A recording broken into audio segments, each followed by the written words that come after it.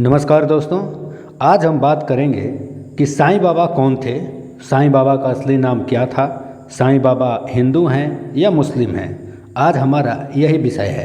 अगर आपको इस वीडियो में कुछ गलत लगे तो प्लीज़ कमेंट करके ज़रूर बताना। साईं बाबा को हिंदू एक भगवान की तरह पूजते हैं और आजकल हर जगह आपको साईं बाबा का मंदिर ज़रूर मिल जाएगा और लगभग सभी घरों में साईं बाबा की मूर्ति भी मिल जाएगी। हिंदू हर किसी संत और प्रख्यात व्यक्ति को पूजने लगता है बिना उसके बारे में जाने। हिंदू मस्जिद भी जाएगा, चर्च भी जाएगा और हर किसी प्रभावकारी व्यक्ति को पूजने लगेगा, क्योंकि हमारा हिंदू समाज बहुत ही उदारवादी है और यहाँ हर किसी को अपने हिसाब से भक्ति करने का अधिकार है। आपने सुना ही होगा कि कई जगह प्रख्यात अभिनेता का मंदिर बना है या कोई गांधी जी को पूजता है या आजकल बहुत से बाबाओं को भगवान का दर्जा दिया हुआ है और लोग उसकी पूजा भी करते हैं।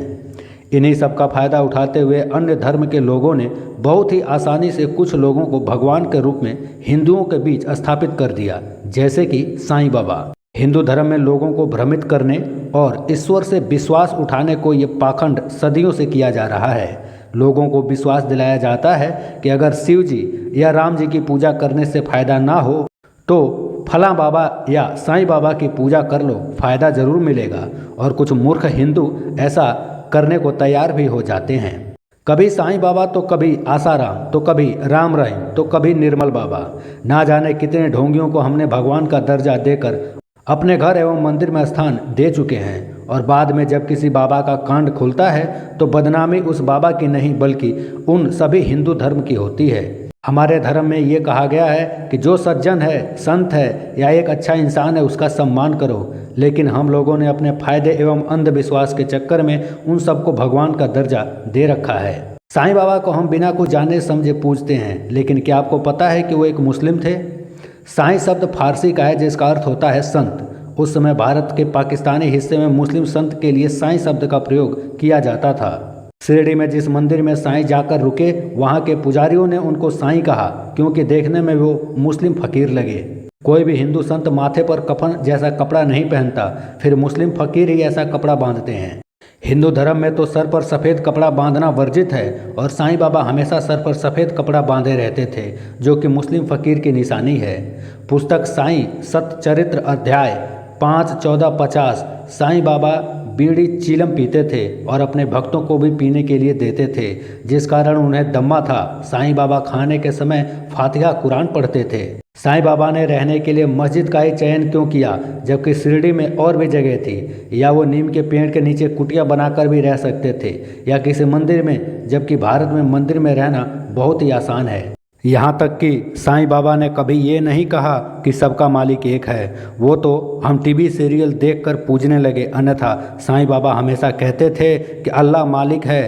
वो यह भी बोल सकते थे कि सबका मालिक भगवान है या सबका मालिक राम है या सबका मालिक श्री कृष्ण है। आप इस बात की जांच के लिए साईं सचरित्र 4-5-7 पढ़ सकते हैं। साईं बाबा लोगों से कहते थे पूजा पाठ और योग करने की कोई ज़रूरत नहीं है और वे मस्जिद से बर्तन मंगवा कर फातिहा पढ़ने को कहते थे।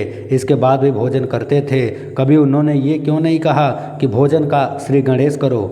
बहुत से लोग कहते हैं कि साईं बाबा ब्राह्मण परिवार में पैदा हुए थे, तो उनकी जानकारी के लिए ये समझ लीजिए कि कोई ब्राह्मण मस्जिद में रहना क्यों पसंद करेगा और ना ही कोई ब्राह्मण सर पर कफन जैसा कोई कपड़ा बांधेगा। साईं बाबा के समय में एक बार प्लेग फैला तो उन्होंने गांव के लोगों को गांव से बाहर जाने से मना कर दिया, जिससे हुआ ये कि प्लेग बाहर से गांव में नहीं आ पाया और लोगों ने ये प्रचार कर दिया कि उन्होंने प्लेग को ख़त्म कर दिया और इसे भोले भाले लोग चमत्कार मानने लगे। शायद आपको ये नहीं पता होगा कि साईं बाबा का असली नाम चांद मियाँ था। ज़्यादातर लोग साईं को यवन का मुस्लिम मानते थे। आज तक मैंने जितने भी साईं मंदिर देखे हैं उन सभी में साईं की मूर्तियां बहुत ही सुंदर और मनमोहक होती हैं। असल में एक पूरी योजना के साथ झूठ का प्रचार करके साईं को मंदिरों में बिठाने का षड्यंत्र 1992 में श्री राम जन्मभूमि के बाद शुरू हुआ था, जिसका उद्देश्य ये था कि श्री राम के नाम पर उग्र हो चुके हिंदुओं के जोश को ठंडा करके एक ऐसा विकल्प देना जिसके पीछे भागकर हिंदू राम को भूल जाएं। आज जितने देश में राम मंदिर हैं उतने ही साईं के मस्जिद रूपी मंदिर बन चुके हैं। हर राम मंदिर में राम जी के साथ साईं नाम का अधर्म फैला हुआ है। अधिकतर साईं के मंदिर सन 1980 के बाद ही बने हैं। तब इस्लामिक संगठनों द्वारा साईं के प्रचार के लिए बहुत अधिक धन लगाया जाता था। साईं बाबा ने खुद को पास वाले मंदिर में इस्लामिक रीति रिवाज से पूजने की बात कही थी, जिसके बाद मंदिर में ही गड्ढा खोदकर उन्हें वहां दफना दिया गया था। कई लोग ये मानते हैं कि साईं बाबा की वजह से उनके जीवन में काफ़ी बदलाव आया।